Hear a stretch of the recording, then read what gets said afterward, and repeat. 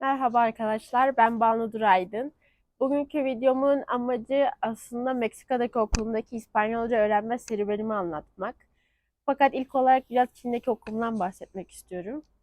Çin'deki okulum bir international okuldu. Yani büyük bir miktardaki öğrencilerin hepsi Çinli olmasına rağmen aa, okulda Çince konuşma yasağı vardı. Bu yüzden herkes hem derslerde hem de teneffüslerde İngilizce konuşmak zorundaydı. Bu yüzden aslında Çin'deki okulumda hiçbir dil konusunda sıkıntı çekmedim. Diğer başka sıkıntı çektiğim konular olsa da dil konusu benim için kolaydı.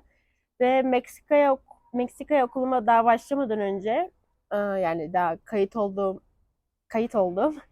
ve kayıt olduğum bir okul Amerikan okuluydu. Bu yüzden hani bütün derslerin İngilizce olacağını ve öğrencilerin de aralarında aynı Çin'deki okulumdaki gibi İngilizce konuşacaklarını düşünüyordum. Fakat okula başladığımda sadece İngilizce ve Meksika tarihinin İngilizce olduğunu öğrendim yani ders bakımından. Ve aynı zamanda bütün öğrenciler aralarında İspanyolca konuşuyorlardı. Bu benim için büyük yıkım olmuştu. Çünkü İspanyolca hakkında hiçbir şey bilmiyordum okula başlamadan önce. Ve her ne kadar arkadaşlarım yani edindiğim arkadaşlarım ben varken İngilizce konuşmaya çalışsalar da arada İspanyolca hani konuşmaya başlıyorlardı doğal olarak. Ve bu bende biraz alınganlık yapıyordu ve ortamdan uzaklaşıyordum biraz yani mental olarak. Bu yüzden dil gerçekten yani sosyalleşmek için büyük bir engeller bilmiyorsanız. Meksika'daki okulumda benim gibi başka ülkelerden gelmiş arkadaşlarım vardı. Ve bu öğrenciler için özel bir program oluşturmuştu okul. SWAS adlı bir program oluşturmuştu. Bu programda özel bir sınıfta özel dersler görüyorduk. Yani normal sınıfta değil de sadece yabancı öğrencilerin olduğu bir sınıfta özel dersler görüyorduk. Ve bu programda İspanyolcaya büyük derecede maruz bırakıldık. Yani ben daha ilk dersimde hoca benimle İspanyolca konuşmaya başladı. Yani benden merhaba nasıl denir onu bilmeme rağmen. Onun dışında ikinci veya üçüncü haftamda önüme bir tane İspanyolca kitap attılar. Kitap aslında Yunan mitolojisinden bir kitaptı. Medea adlı bir kitaptı. Ve aslında yani gerçekten İspanyolca seviyesi büyük bir olan kitaptı. Yani gerçekten ilk başlarda çok zorlandım. Aynı zamanda okul dışında da ekstra İspanyolca ders almaya başladım. Ve hani ilk bir iki ay gerçekten hiçbir şey anlayamadım İspanyolcaya dair.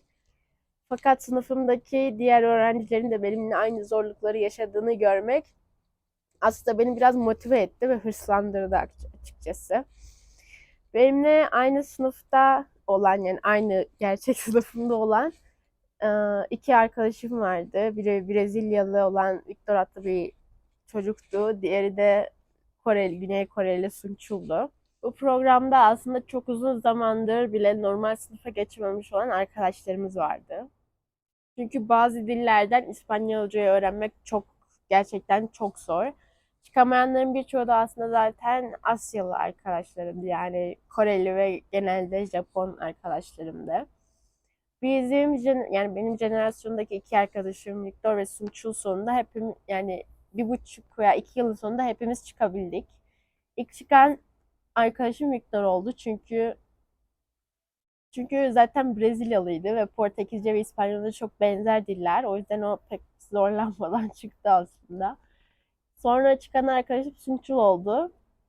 Sunçul gerçekten çok çalıştı aslında. Koreli olmasına rağmen en çabuk çıkan Korelilerden biriydi bence aslında.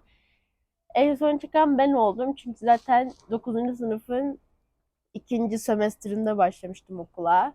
Ve voleybol oynarken 2 kere bacağımı kırdığım bir şeyin yani ikisinde de birer ay okula gidemedim.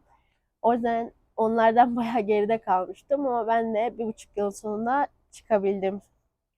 O programda hala bizden önce girmiş fakat hala normal sınıfa geçememiş arkadaşlarımız var. Aslında ben biraz şanslıydım çünkü çok hırslı ve çalışkan bir gruba denk gelmiştim. Yani Victor ve Sunçul gerçekten ikisi de çok çalışkan ve hırslı çocuklardı. Hala öyleler. Ve ama hani hiçbir başarı tesadüf değil çünkü gerçekten çok çalıştım bu serüvende. Yani saatlerce fiilleri, onun öznelere göre çekimlerini ezberlediğimi bilirim. Bu dili bu kadar kolay öğrenmemin bir diğer nedeni aslında bu dile çok maruz kalmam. Yani okulda, derslerde sürekli olarak İspanyolcaya maruz bırakılmamız. Bu yüzden aslında size en önemli tavsiyem yani bir dil öğrenirken o dilde filmler, müzikler, podcastler veya hani belki röportajlar izlemeniz. Onun dışında bir kelime defteriniz olmanızı istiyorum. Bu çok klasik bir öneri aslında ama gerçekten işe yarayan bir öneri. Ve bu kelime defterinde yazdığınız kelimeyi direkt olarak Türkçe yazmanız aslında biraz saçma oluyor. Çünkü hiçbir işe yaramıyor bu. Bu yüzden ilk önce İspanyolca olarak yani İspanyolcadaki anlamını ve daha sonra da bunun hakkında örnek bir kelime yazmanızı öneriyorum kendiniz. Bu daha etkili bir yöntem bence. Aynı zamanda benim de kullandığım bir yöntem ve hala da kullanmaya devam ediyorum. Hem İngilizce'de hem İspanyolca'da. Onun dışında da aslında insanlarla konuşmaya, geçmeye çekinmemeniz. Eğer insanlarla konuşma şansınız yoksa kendi kendinize konuşma pratiği yapabilirsiniz. Bunun da faydalı olduğuna inanıyorum. Umarım verdiğim öneriler ve yollar size yardımcı olur. Başka bir videoda görüşmek üzere. Beni izlediğiniz için teşekkür ederim.